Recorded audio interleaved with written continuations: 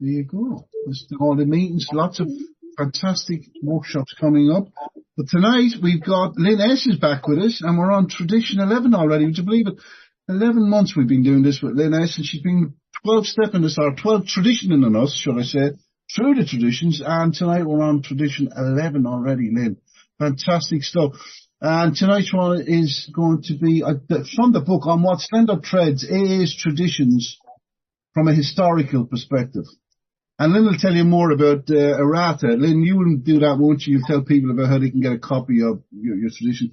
We'll just do a short, quick version of the set-aside prayer. And if you'd like to unmute yourself, please do, while I just quickly cheat a little bit here and try and find it for you while we're talking nonsense. There you go. So using God as you understand it.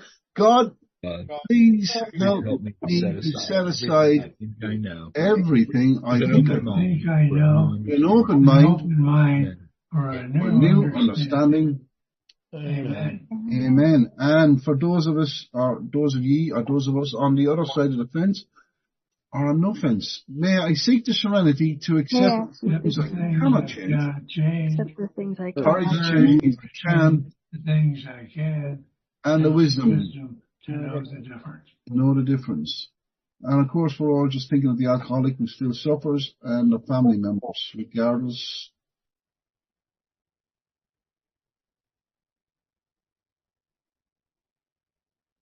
How wonderful. There you go. Thank you, everyone. So, Tradition 11, On What Slender Threads, the traditions from a historical perspective. And over to you, Lynn S. in Maryland. Thank you. My name is Lynn, and I am an alcoholic. I need a minute to get things set up here. I'm about to do a share screen, and hopefully y'all can see that. We're starting this from the beginning. That's always a good place to start, they say. And I'm hoping that you can see On What Slender Threads up there. Good. Yay. Feel like it's been a little while since I've done this. So, gosh, so glad I still remember. Yes, my name's Lynn, alcoholic, and this is based on What Slender Threads. There is one more to go after this one. So before we get started, I do have to do my usual disclaimers. And that is that this study is my own primrose path with the help of AA literature, historical researchers, wonderful work. As we've been talking about, Shaberg contributed a lot to this book along with Kurtz and many others. And you all have told me about more resources, which made the revised version that's now posted better than what the original version was, thanks to your help. But any inferences in this historical perspective of AA's traditions are strictly my own and in no way reflect the opinion of Alcoholics Anonymous. And in keeping with the 11th and 12th traditions, I do not use the last names of any alcoholics, including Bill and Dr. Bob. And as I said, the revised edition is now available in print, ebook, and audio. However, if you have an earlier edition, I've got a complete errata sheet along with the substantive textual changes to traditions 8 and 9. And I would be happy to send you a PDF of that sheet, and you can just tuck them into the version that you have. There's no need to buy the revised version. So please email me. I'll post my email at the end of this talk, and I'll be happy to send you that errata sheet. Just, there's a little bit of shock and awe in terms of all the errors that were there, but hopefully I've gotten them all. So now, tonight, it is Tradition 11. Our public relations policy is based on attraction rather than promotion. I need to move this just a little bit so I can see. Here. There we go. We need always maintain personal anonymity at the level of press, radio, and films. In the original version, which we refer to as the long form, it says, our AA experience has taught us that our relations with the general public should be characterized by personal anonymity. Characterized by personal anonymity. We think AA ought to avoid sensational advertising. Our names and pictures as members ought not be broadcast, filmed, or publicly printed. Our public relations should be guided by the principle of attraction rather than promotion. There is never need to praise ourselves. We feel it's better to let our friends recommend us. Well, early on in the program, I was completely confused about anonymity. Various members would say their last names, some wouldn't. Circuit speakers would say their last name in large convention halls that were being taped. I mean, I didn't know what was going on, and no one ever explained. They just said, my name is, and I'd wonder, isn't this Alcoholics Anonymous? I was just confused. From a newcomer's perspective, it appeared to be all over the map. And so I wondered if one had to have a minimum amount of sobriety or needed to fill out an application in order to say your last name. And of course, I wasn't going to ask anybody. Keep in mind, I'm a newcomer and I should know it all. Remembering how I was trying to sort all of this out, I decided to call this chapter Alcoholics Anonymous, where actions speak louder than names. Anonymity in the fellowship's early inconsistencies. At first, Bill naively underestimated the potential damage to the fellowship caused by members publicly breaking their anonymity. After all, high-profile breaks might bring in more alcoholics. It took time for Bill to learn that those same anonymity breaks might turn struggling alcoholics away. Moreover, once there was a leak in the dam, a flood of anonymity breaks was bound to follow. And here's the most important question of all. Then, what would the name Alcoholics Anonymous mean? There was, in the beginning, the name Alcoholics Anonymous guaranteed safety during an era of this overarching gross misunderstandings about alcoholism. There was no policy on anonymity beyond Bill's admonishment in the foreword to the first edition in the Big Book, which was pretty clear, in which he spoke first to members of the fellowship. He said, when writing or speaking publicly about alcoholism, we urge our fellowship to omit his personal name, designating himself instead as a member of Alcoholics Anonymous. That seems pretty unambiguous. And then he says to the press, very earnestly, we ask the press also to observe this request, for otherwise we shall be greatly handicapped. Predictably, given alcoholics' egos and their gratitude, members at best followed these guidelines inconsistently. At worst, they were blatantly ignored. The unpredicted result was an unraveling of the essence of the program's identity, humility and self-sacrifice. Therefore, it's not surprising that Bill wrote two separate traditions on anonymity, maintaining anonymity at the public level and practicing anonymity at as a spiritual principle. Bill spoke to how members practice the principle of anonymity in Tradition 11. He spoke to why the principle is essential to members' recovery and to AA survival in Tradition 12. Well, for me to understand both, it helps to remember what it was like. According to Kurtz, there were two areas of absolute rigidity in the early days of the fellowship. The first was don't drink. The second was the fellowship's very own name, Anonymous, which was a two-faceted principle. One was protection against the economic consequences associated with public exposure of an alcoholic. The other was protection against members who simply couldn't stay sober. And that was pretty much a regular occurrence during the flying blind period. The first public anonymity breach would come from Cleveland. Early 1939, Dorothy S., Clarence S.'s wife, was so excited about her husband Clarence's miraculous recovery, she visited with First Unitarian Reverend Dr. Dilworth Lupton to urge him to share the news about the program.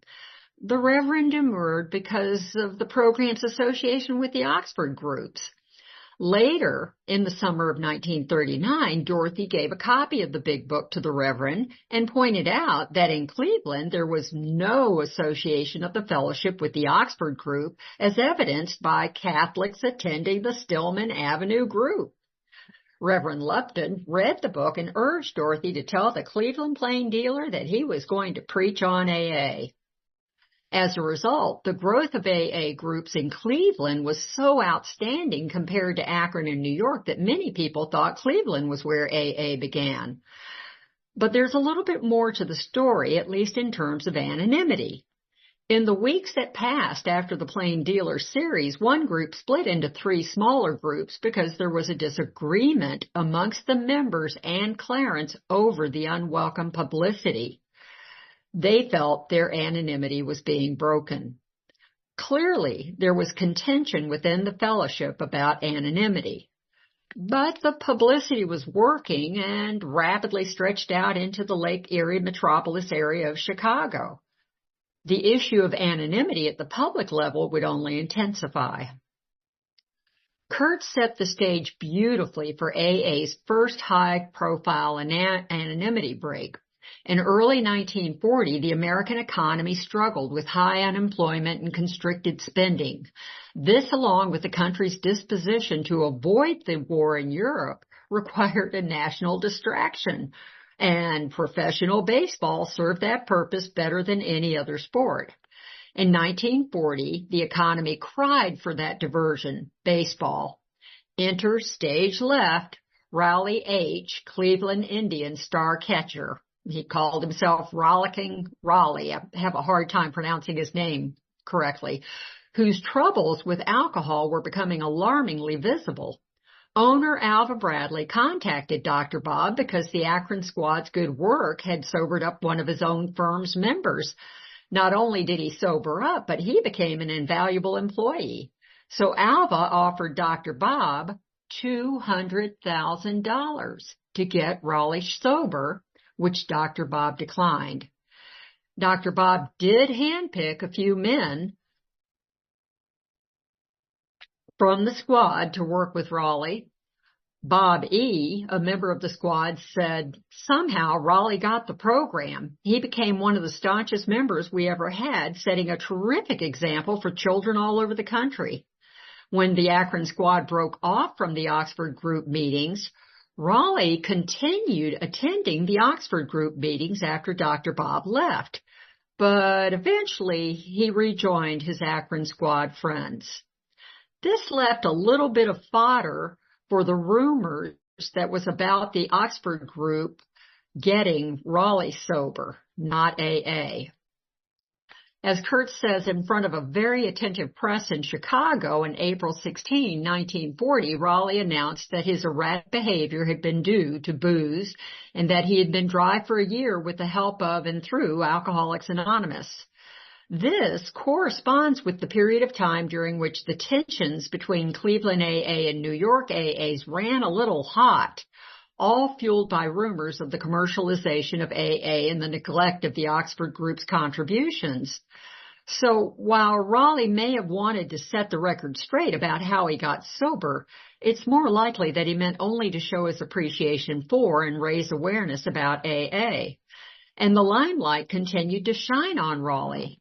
18-year-old Cleveland pitcher named Robert Feller, a gifted pitching phenomenon, modestly pointed to ex-alcoholic Raleigh as the indispensable to his success, and the father of a Catholic priest got sober with Raleigh's help, which gave the fellowship access to a hospital. And as I like to say, and I just can't stop myself from it, Raleigh was on a roll.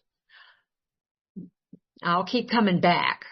But with such glowing press and attention, anxieties about anonymity breaks like Raleigh's began to wane. Thus, there was very little concern when Bill allowed the picture-oriented Saturday Evening Post to include photos of alcoholics with Jack Alexander's story, a concession that was required by the magazine. Well, at that point, a perfect storm was roiling, for these very same events paved the way for the next occasion on which Alcoholics Anonymous would face the necessity of rethinking and understanding of its name. That occasion would be Marty M's anonymity break. Bill's struggle with Marty M's anonymity breaks was difficult. They were close friends. Her contributions to alcoholism education can never be overstated.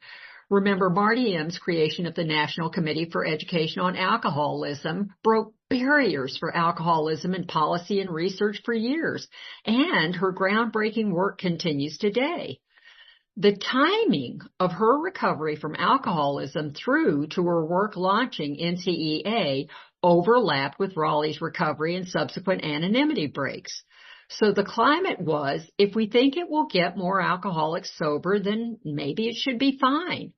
Marty, I wrote Mary. Does that say Mary? That should be Marty broke her anonymity in public venues with Bill, Dr. Bob, and Yale cheering her on. Combined, these events appeared to benefit the fellowship by attracting more alcoholics to the program. This fertilized the notion that some principles could be adjusted if they served the public good. Marty's vivacity and her promotion of NCEA resulted in newspaper stories and a Time magazine article with full-face pictures and references to her recovery in Alcoholics Anonymous. But picture a little snowball rolling down a hill, getting bigger and bigger.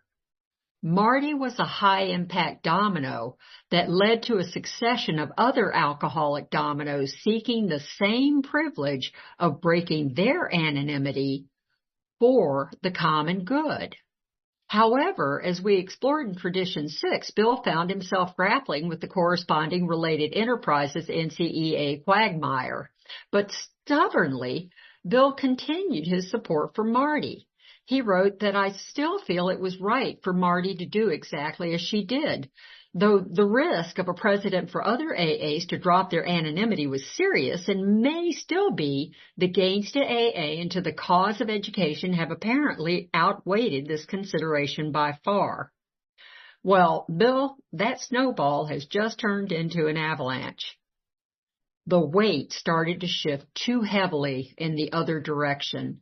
Bill found out that if one alcoholic could break anonymity to promote a special cause, then many others would follow. For example, an alcoholic member published a prohibition magazine and used the AA name to attack the evils of whiskey.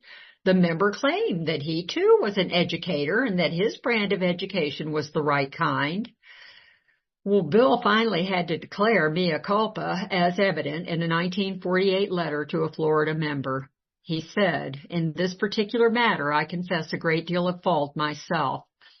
Several years ago, we did not realize the protective value of anonymity to the AA movement as a whole. When, for educational purposes, Marty broke hers, I consented to it. In light of later events, that has proved to be a mistake." In what hereinafter I like to refer to as a Marty moment, because it is a very difficult and special moment in AA histories.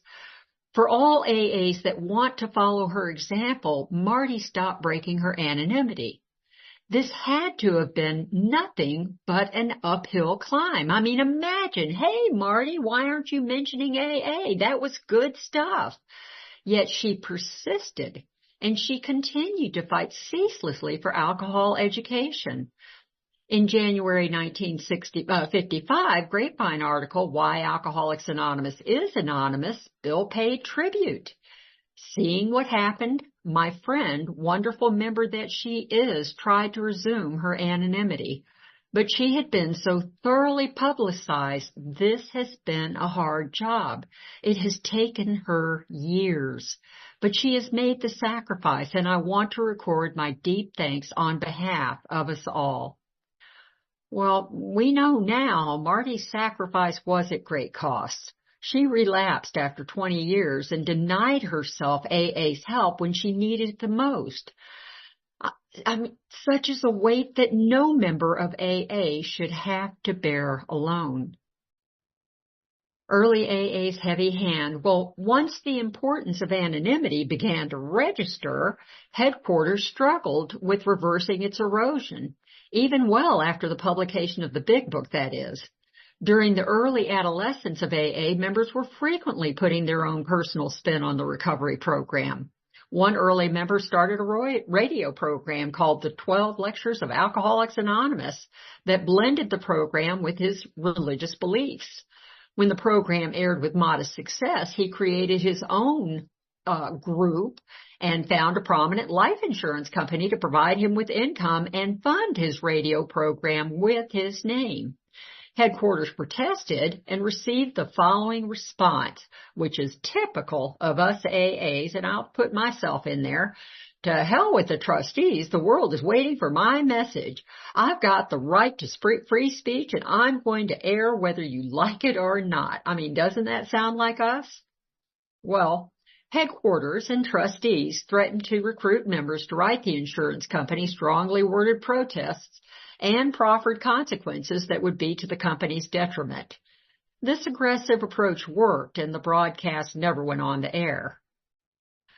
Trustees and headquarters were in the unpleasant parental position of having to reverse similar trends in which Bill said promotion, professionalism, and anonymity breaking were all in one package.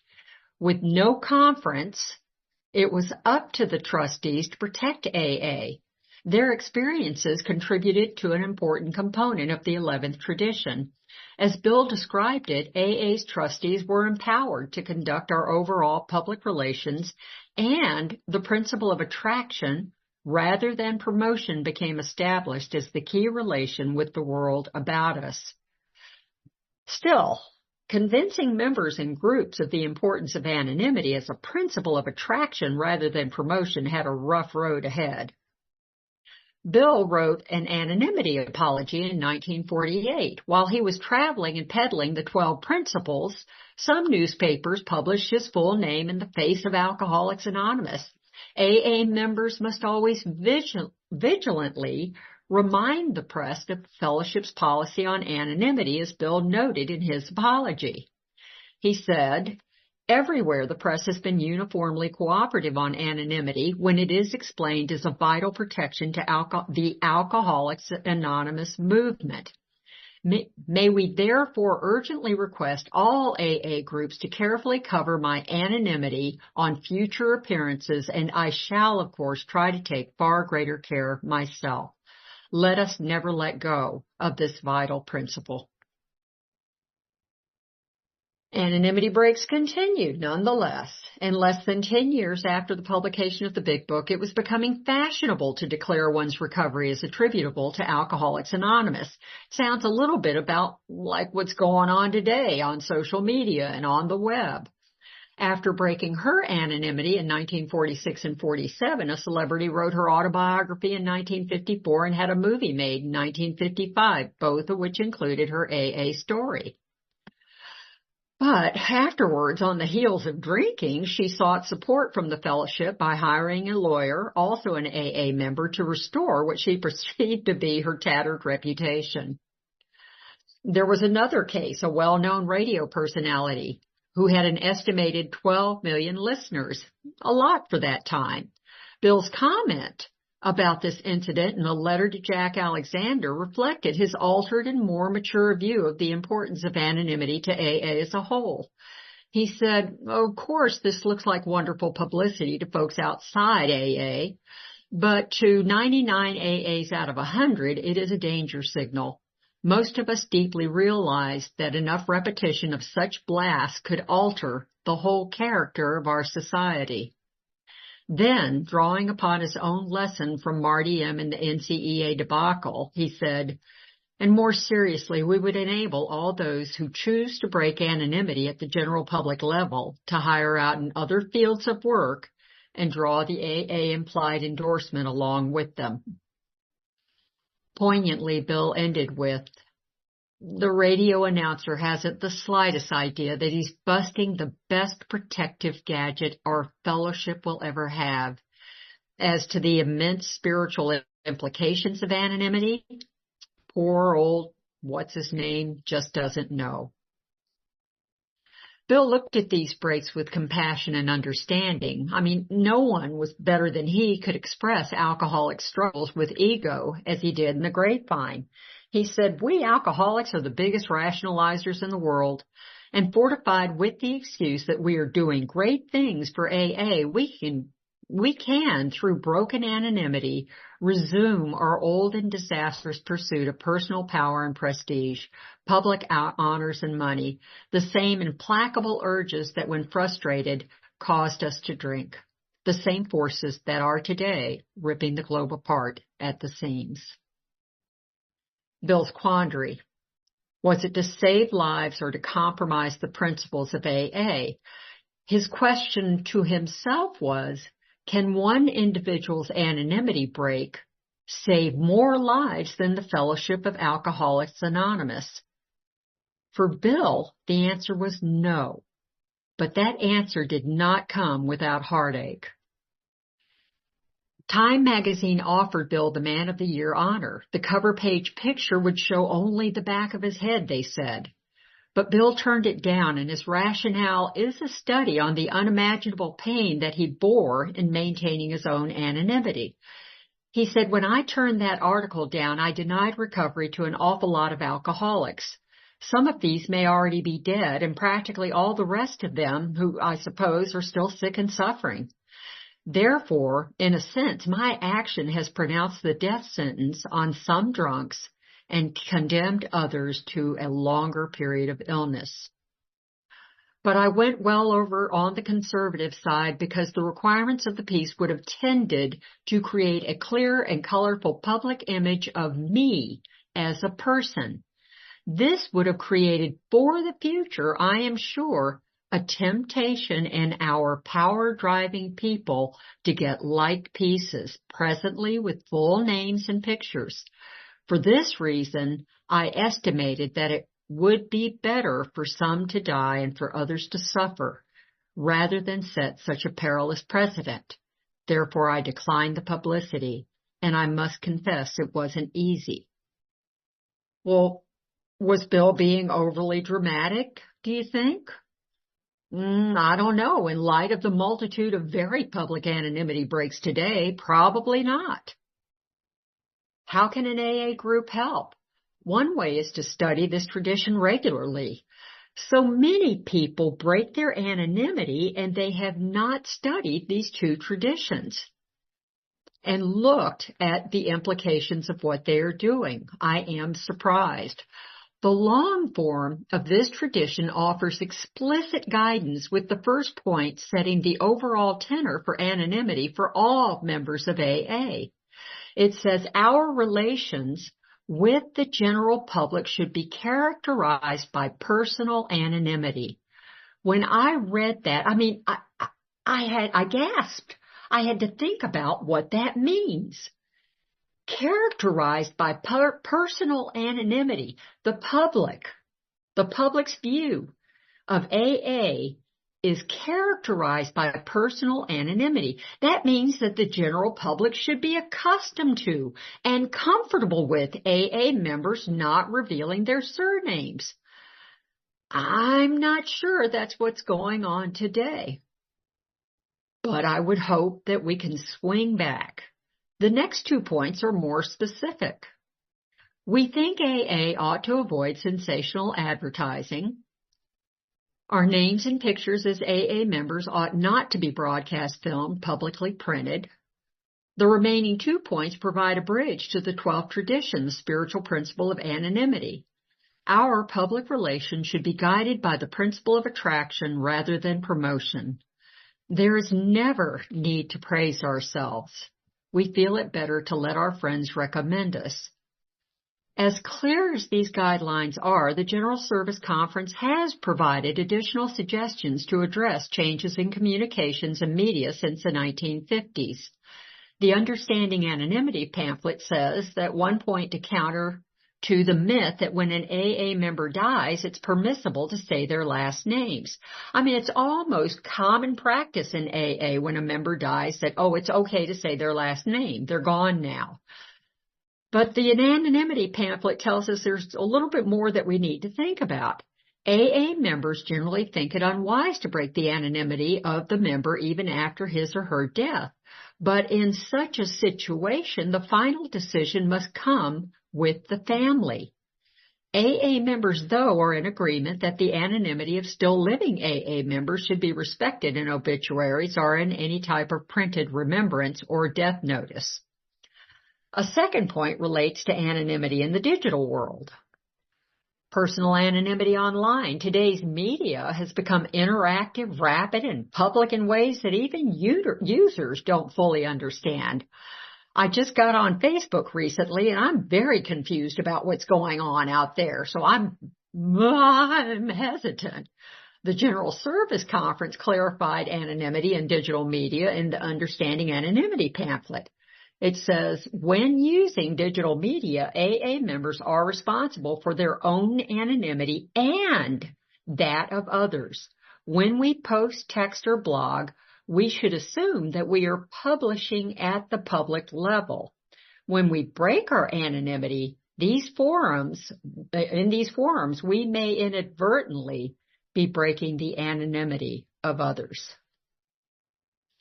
Anonymity online and digital media is a guideline posted by the General Service Office, and it touches on multiple aspects of digital media and anonymity.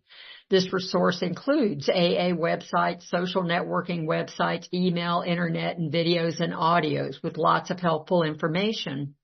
And of course, the pandemic of 2020 ushered in a new arena for issues in anonymity with the rapid proliferation of online meetings.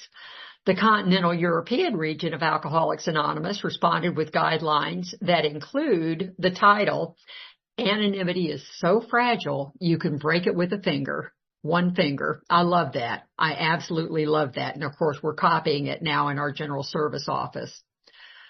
Bill's caution was that all should consider carefully Bill's caution from the AA tradition, how it developed. And he said, anyone who would drop their anonymity must reflect that they may set a precedent which could eventually destroy a valuable principle. We must not let any immediate advantage shake us in our determination to keep intact a really vital tradition. That is, we should always remember when we think it's a good idea to break our anonymity at the public level, that perhaps there's a better way. Is it really essential? At the very least, if there's a newcomer in the room and you choose to share your last name, reassure them that their anonymity is safe and protected in Alcoholics Anonymous, and they can stay anonymous as long as they choose to. And then invite the newcomer to study Traditions 11 and 12. Unfortunately, as a newcomer in AA, my experience was not very good in the beginning. Coming up in the 12th tradition, I'll talk a little bit more about that. I experienced long-timers breaking my anonymity at the place where I worked. Public anonymity breaks cause harm to AA's public relations, but there's a more compelling reason for anonymity. It's a fundamental spiritual principle. In terms of anonymity, the 11th tradition tells AA members what not to do. The 12th tradition thankfully tells AA members what to do. And we will take that up the next time I join you all. Comments. There is my email. I think that's my email. Yes, that's my email. It's looking blurry. It's so small. And my phone number. Please email at me if you'd like the errata sheet, questions, comments. I'll stop the share. And thank you all so much for giving me this opportunity to be with you. Oh, thank you ever so much, Lynn S. Please, I believe you can unmute yourselves. Yes, that's available. Thank you, Thank you, Lynn. What a fabulous job. Thank you, Lynn. Thank you, Lynn. So much, Lynn. Thank you. Thank you. Beautiful. Thank you, Lynn. Beautiful. Thank you, Lynn. Beautiful presentation. Thank you very much. Great. Date for your diary. Lynn is back with us on June 21st to finish off the traditions for us. June 21st. Thank you, Lynn, for that. Agreeing to do that. And Rob has put your details in the chat. And if anyone's listening, it's email Rob is whatslenderthreads@gmail.com. And Lynn, your number is, you want to do your phone number out on the audio? Do you want to just read it out? If you can, thank you very much. It is 1 + 1 240-462-4641. And Rob has kindly put it in the chat. Thank you so much, Rob. Yeah. Thank you, everyone. And just quickly, what I'll bring to your attention, some meetings coming up, and if they go too quick, just stick around. We'll put them back up at the end. Just quickly, I'll just mention the Stepping Stones have their annual picnic. You go to their website for that. It's the 73rd annual Stepping Stones Lewis Family Groups Picnic. And also, just on that theme, there's also an Alcoholics Anonymous Founders Day online history presentation followed by feedback June 11th. Barkingside AA Group are doing that one. We have Gary Neihart doing a fantastic presentation on Bill and Belladonna, and that's of course over with Mike Fitzpatrick, or Fitzpatrick's on recoveryspeakers.com. This Tuesday night, June 4th at 9 p.m. That's on Eastern Standard Time, I believe. And also Jim Worley's doing a couple. I want to mention Jim Worley's doing one on Our Southern Friend, which of course is Fitzmayo, AA number 3 in New York, and that's coming up on the June 15th. But prior to that, Jim is doing one on June 9th. He's doing it on history presentation in honor of Founders Day. So any more information on that? Also, they're doing this book at the moment. They really just started this Recovery Speakers every reading group, should I say, Recovery Reading Group every Sunday at 3 p.m. Grateful to have been there. That's the book by Nell Wing. I believe she was Bill Wilson's secretary. Eamon is here, or Penny is here. Good to have Penny. Good to see Penny here. Penny, you want to just quickly mention that for people? For over 40 years you have to be, Penny, to do the chair. 40 plus years of sobriety. All of our speakers have 40 plus years of sobriety, but everyone is welcome to come to the Open AA meeting, and it's on Sundays, 2 p.m. Eastern Time, 11 a.m. Pacific. And we are an international group, both in those of us being of service and our speakers. So I am putting my contact information in the chat right now. If anybody wants to reach out, if they have 40 plus years of sobriety, or if they know someone with 40 plus years, and I'll put my information in the chat. You can reach out to me. I'm also available on WhatsApp. Thank you, Penny. And this Sunday we have Mr. Bill Schaberg coming along to read along with us his book, a marvelous book, writing a big book to Christian Bay. Chapter 14 we're up on already out of 31 chapters, more about alcoholism and we agnostics, and we're in September 1938. And just to finish that's this section, and we go to Q&A with Lynn. Some of you have already put your hands up. Thank you very much. We see Jill is with us. Jill McGovern is with us. Oh my God, we better be careful. June 7th next week we have, I know Jill, we have Bill W's conversion, and Ken B is going to be sharing that with us. Thank you for that. So if you want more information, stick around, and we go first before, Jill is up first. There you go, Lynn. You got Jill McGovern. Hey, Lynn, thank you. That was awesome. And thank you, David, for that wonderful introduction. My name is Jill. I am an alcoholic. And, I have more questions now than I've ever had after just going through that.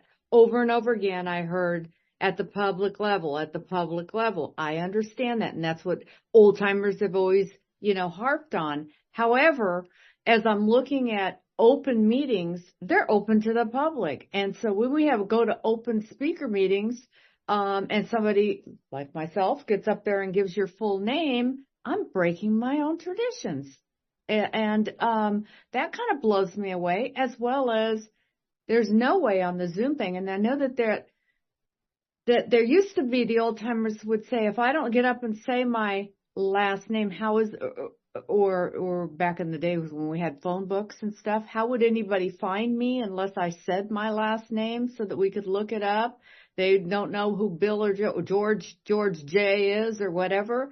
And so I'm very perplexed now about exactly how, and then Zoom just throws a whole nother monkey wrench in the whole deal, because I'm looking at Patrick O'Donnell's name right there on the screen. We're on Zoom. How do we know who's on Zoom? Is it you know what I'm saying?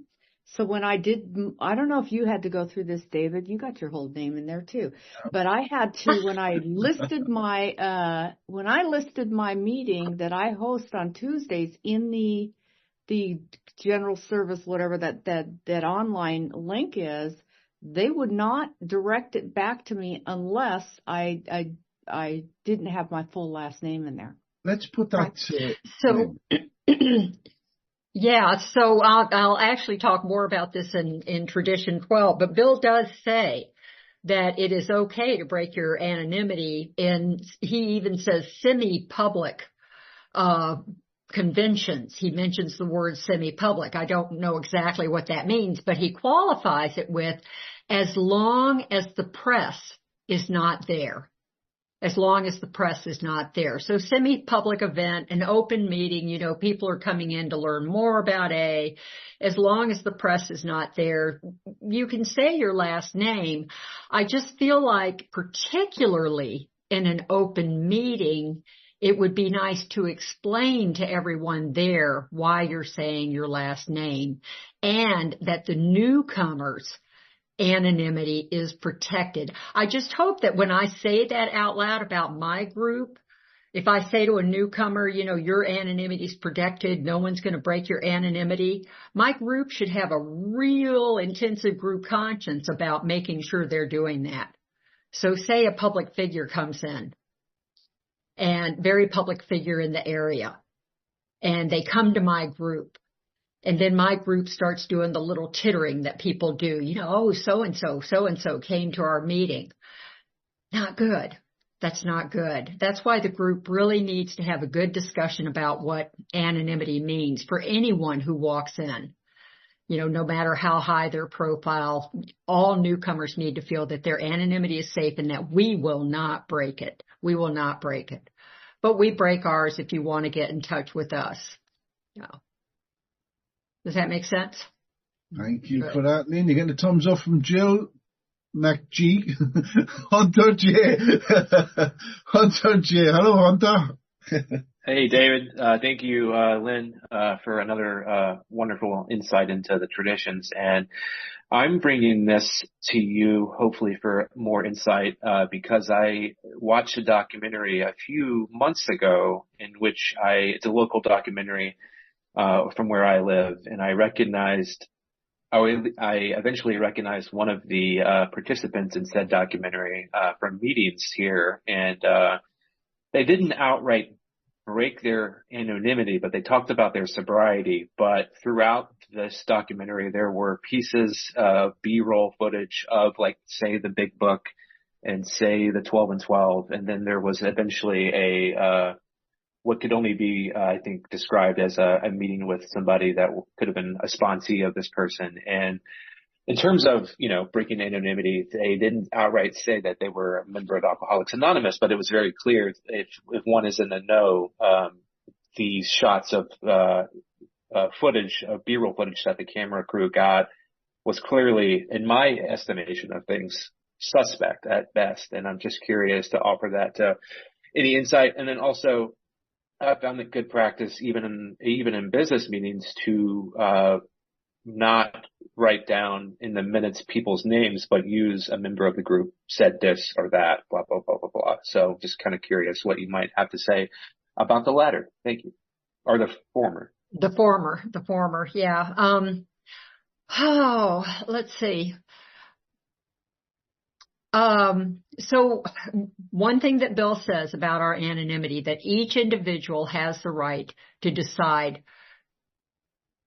what how anonymous they will be.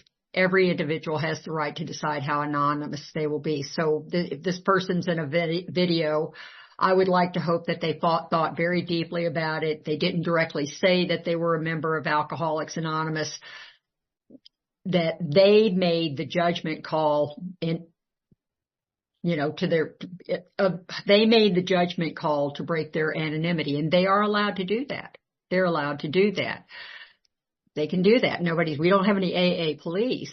I'd like to, it would be nice to have a conversation with them and ask them what they thought about it. Did they have any, were they conflicted about it, or were they very comfortable with it? And why were they comfortable with it?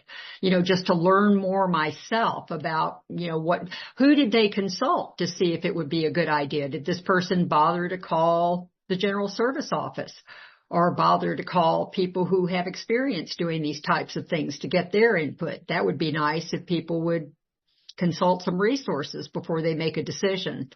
about doing that. So I have more questions than answers for you, but the bottom line is this: it's up to each individual to decide how anonymous they will be.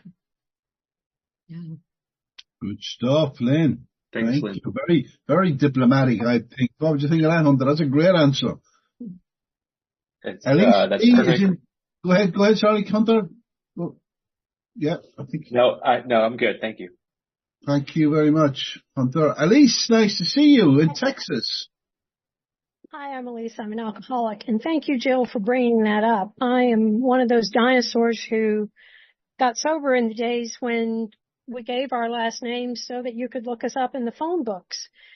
And I'm dismayed every time I hear a speaker at a convention that's being recorded still giving their last names, because inevitably those recordings end up on the internet and become widely available to anyone. I am the program chair for our area's upcoming convention, and I've drafted a letter to all of our speakers talking about, back in the days of dinosaurs when we had cassette tapes, it didn't matter.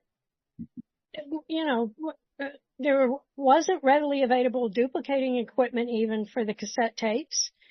There was no internet for them to be put on. They, got passed around maybe a couple of times within the fellowship, but I don't know of them ever getting outside it. And so I agree, it didn't make a difference and it served a good purpose. But we have to remember the world changed, and when we're getting our recordings digitally now, it takes less than 30 seconds to upload them and less than 30 seconds for somebody else to download them. And we need to reconsider and change our ways. The Tyrannosaurus are no longer getting tripped up in those cassette tapes that came out of their cartridges. And actually, even when I came in, I think there were still reel-to-reels that really didn't get passed around because most people didn't have that equipment at home. And I know us old-timers get stuck in our ways, but we're not being of good service to the newcomers and the rest of the fellowship when we just refuse to reconsider how times have changed. And so I really hope that more people will both consider that and spread those thoughts to the other people who are still giving their last names on recording. Okay, Elise. Thanks. Thank you. Lynn, did you want to come back on that? Any of that? No, Lynn is applauding. Thank you. Tim C. Oh, Tim, we were at your workshop recently. You had a lot to say about this matter. Hello, Tim. Yeah, I'm Tim, recovered alcoholic, and I'm one of the leads on the PICPC working group, and this question comes up all the time, and there's lots and lots of discussion. First, Dr. Bob said, if our friends don't know who we are, they can't recommend us. That means your local doctor, your preacher, the pastor down the street, we need to let them know who we are so that they can actually recommend us. That's not the level of press, radio, and film. Many of you are historians and know that in the early days, when the radio guys broke their anonymity, the membership all wrote into what would become the GSO office and say, you're killing newcomers. And I was one of those newcomers. I didn't mind throwing up or passing out in your front yard, but I didn't want anybody knowing I was going to AA, right? That's where they were coming from with all of this. When you're presenting out in public, and I've had this happen, and it's bound to happen because the public doesn't understand, when we present to doctors, to nursing groups, to other groups, especially in universities, they want to record us. And guess what happens? Even though we send them all the reasons that they shouldn't put that recording up, somebody will come along and throw that recording up on YouTube, and I've had it happen. That's what we don't want to have happen.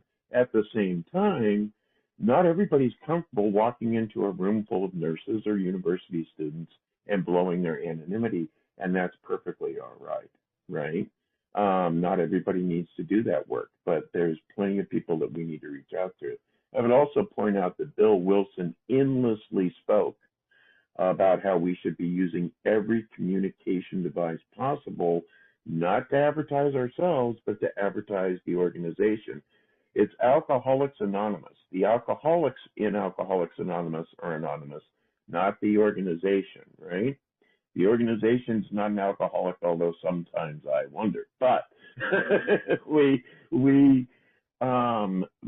the organization needs to reach out as a whole to the public. And on the first page, the service page of page 1 of the service manual, if I can get my mouth to work, Bill Wilson talks about every form of publicity. I believe if Bill were alive today, we would have a satellite GSO right in the middle of Silicon Valley, and dealing with Facebook and Google and talking to all of these people and being connected with them. That's not blowing our anonymity as an organization. When I go out there and say I have the answers as an AA member, now I'm blowing my anonymity, right? I'm a member of AA presenting the AA organization to others. So I know this gets really complicated. There's something else I like to point out. I call them the public traditions, the short form, because that's why they were written, and the member traditions, long form. If you look at the short form traditions, that's a semicolon. This is the idea. This is who it applies to, personal anonymity, right? So I just wanted to throw that out there. This comes up almost monthly in our meetings, and I get emails and calls and all kinds of stuff about this all the time. So it is up to the each person to decide if they want to be exposed in a professional setting. But it's not wrong for us to go speak to those people as long as it doesn't end up on YouTube. Right. The basic notion is there are no leaders in AA. And that's what one has to be aware of when one is speaking to a group that's not familiar with AA. Am I presenting myself as a leader is different from, you said it is Alcoholics Anonymous. So being very careful of that is important. Tim, I'm just going to put your flyer up. Would you tell people where to get a copy of the recording of this workshop? That it was a fantastic, very insightful workshop. This was on April 13th. And Tim, would you put the details? I think you recorded that day, didn't you, Tim? We record it for members who can't show up. Okay. If you want a recording of it, you're welcome to it. This meeting is open to absolutely everybody in AA and Al-Anon, because we do some joint projects for Al-Anon. And I'm going to be sending you a presentation we're going to be doing for nurses, a virtual workshop for the nursing community that is open to everybody to use to reach out to the nursing community, and that'll be July 17th. And I'll put that flyer in chat right now. Thank you, Tim. Thank you for all you do. Bringing us into the 21st century. Penny P. Hi, Penny P, alcoholic. And I just want to remind everybody that there are no AA police. We do not come after you and kick you out of AA or fine you or put you in handcuffs or anything else if you break a tradition. We may admonish you. We may try to disgrace you. We may try to embarrass you, but we do not have any AA police that have any power to do anything that is going to endanger your sobriety. Also, before we assume defiance from the dinosaurs, thank you very much, let's remember that some of us are so used to giving our names that we forget to check to see if the meeting is being recorded sometimes. I know that I have made that mistake on several occasions, and I try to remember to not give my last name, but there are times when it is so automatic. It's what I do. I apologize for that, and I do ask if it's being recorded and it is at all possible for the taper to remove my name to do so. But let's not assume that somebody is out to defy the traditions just because they've shared their last name. Thank you. Thank you. Penny P. Nice to see Penny. And look at who else is here. Gloria C is with us. So hello, Gloria. Hello, David. And thank you. Lynn, that was wonderful. Again, I could listen to you all the time. Listen, when you were talking about Morty Mann, she got drunk around 20 years of sobriety. Was that related to anonymity? Because you were talking about that subject at the same time. No one really knows. No one really knows. What we know is that when she had about 20 years, she got drunk and she kept it a secret. That's what's so startling. She kept it such a tight lid on it that many members of her group did not know she relapsed. There were members who did not know that other members knew. So there were a few folks that knew, but she just really emphasized keeping a tight lid on it. I would imagine her biographers speculate that she was protective of the National Council, which was by then, I think it was the National Council on NCA, National Council on Alcoholism by then. She was protective of that. She was protective. She was concerned that other women would be discouraged from coming into AA. There's lots of speculation. So the bottom line is we don't know. But I don't think that excuses the groups from asking ourselves if a very public member of our family goes out and relapses, can they feel safe coming back in to us for help? You know, one of her quotes from her story is, I feel peculiarly qualified to, and I think it's along the line, to help other people with this affliction. And it's sad to me that she relapsed and she could not come back to the group who were peculiarly qualified to help her through that devastating time.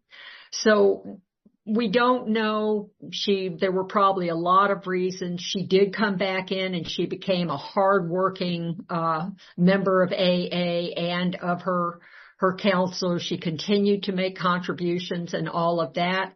I just look at what happened and the fact that she couldn't go to her group as a teaching moment for all groups. Are we a safe group? If we have a Marty Mann, would she be able to feel like she could come back in and be safe with her anonymity for help? Thank you. Thank you, Gloria. Just before we go to the end of the chat, you can see yourself there. I think it's an interesting little message from Mary WIW. She said, when I hear people referred to as Texas Jim, Monday Night Jim, or Blonde Carla, and dark-haired Carla, I know I'm talking to another friend of Bill. Tim C. Tim, come back in. I put up your flyer while you're there, Tim. Looks interesting stuff. Maybe you can speak to that while we have you here. Yeah, so we have a group of nurses. We've got about 27 nurses who will be putting on this presentation, and they're going to start doing it quarterly. And this is to invite nurses and folks in the healthcare industry, first responders, to come learn about AA, Al-Anon, and what we have to offer and what we can do. As we all know, AA hasn't grown much over the last 50 years, and we can be doing more to reach out and make people understand. I'd like to point out in America, we have hardcore. We know we've got 20 million alcoholics, and most of them don't know who we are. And we know that from studies, not only internally in AA and outside of AA, but we could be reaching a lot more people. So this is just to inform nurses, healthcare workers, what AA is, what we can do, how to get in touch with us. And yeah, anybody just reach out to me if you want further information. I actually jumped back in for another reason. We can go out there. I talk to legislators and other people about alcoholism and drug addiction. And I do this by saying I'm in the recovery community, or I've been helping people in the recovery community for years. And I don't need to bring up, although I will mention that our own government thinks that 12-step groups are the best support system for long-term recovery. We have study after study in our government website say that. There's nothing wrong with me saying that as long as I don't say I'm an AA member, right? I sent a little message. I wanted to throw that out there. I also wanted to throw out one more thing. There is a Dick Cavett, Dick Van Dyke YouTube interview. And it is incredible. Dick Van Dyke was a long-term member of AA. When he first got sober, he and MTM, Mary Tyler Moore, blew their anonymity all over the place. And they both got into trouble with it. Later on, they had a sponsor that explained how they're supposed to do this. And there's a 20-minute interview with Dick Cavett and Dick Van Dyke talking about alcoholism. And it's incredible how Dick Van Dyke explains alcoholism and never brings AA into the fold. And it's a wonderful talk for everybody to listen to, and it's very entertaining as well. So if you just look that up or email me, I'll send you the link to it. Wonderful stuff. Well, thank you. We can watch that after this meeting, actually. That sounds interesting. I want to watch that. I think we should strike while the iron is hot. The anvils. Let's go with Bill Lyons out of Oregon's back with us. Hello, Bill. Yes, thank you, Lynn. Just a quick comment on Marty Mann, being very protective. She was naturally very protective, which is why she kept, of her own sexual preference, which is why she kept Mrs. Marty Mann, The other thing is I once saw, once I didn't see it, I heard on the radio, Howard Stern was interviewing a actress, Brett Butler, I believe her name is. She had a TV show back in the 90s, I think, a situation comedy, and she did stand-up comedy. And Howard Stern was pressing her on, what's AA like? Do you go to those meetings? Who else do you see there? Really pummeling her, with these dumb questions. And she eventually said, let's just say I don't hang out with people who drink anymore, and I'll leave it at that. And that's the way she explained her. And it's the way she handled her anonymity. That's all I had. Thank you. Thank you, Bill Lyons. Bill L, I should be saying, shouldn't I really? Parents, put me up on this. You should be chastising me on this. Eddie G, the Beaches Group. Let me, yeah. Eddie, get me out of it. Yeah, thanks, Lynn, for your presentation, and thanks everyone for sharing. My understanding is, and it happened in our area, 83, where a past delegate, he was also a past trustee, broke his anonymity at the level of press, radio, and film. He had his picture on the front tabloid of the local paper. And so my understanding is that the area delegate was asked to talk to him. So there are ways to communicate with people to let them be aware of breaking their anonymity. But this one here, I don't know. Like I said, he was a past delegate and a past trustee, and he really broke his anonymity. But I guess things like that happen. Anyways, that's all. Thanks. It's Eddie G up in Beaches Group in Toronto. Lynn, do you want to come back in on anything that we covered, or shall we close this section of the meeting? Just heard wonderful comments, and really thank you all for that. And I can't wait to see that Dick Cavett tape with Dick Van Dyke too. But thank you all so much. Look forward to when we talk about Tradition 12. On the 21st, I think, Rob, of June. Is that what we said? Thank you, Rob. Give me thumbs up. So let's hear one more time for Lynn S. for doing all the heavy lifting for us on the historical traditions from a historical perspective. Thank you, Lynn. Thank you once again. Thank you, Lynn. Thank you. Great meeting you, Lynn.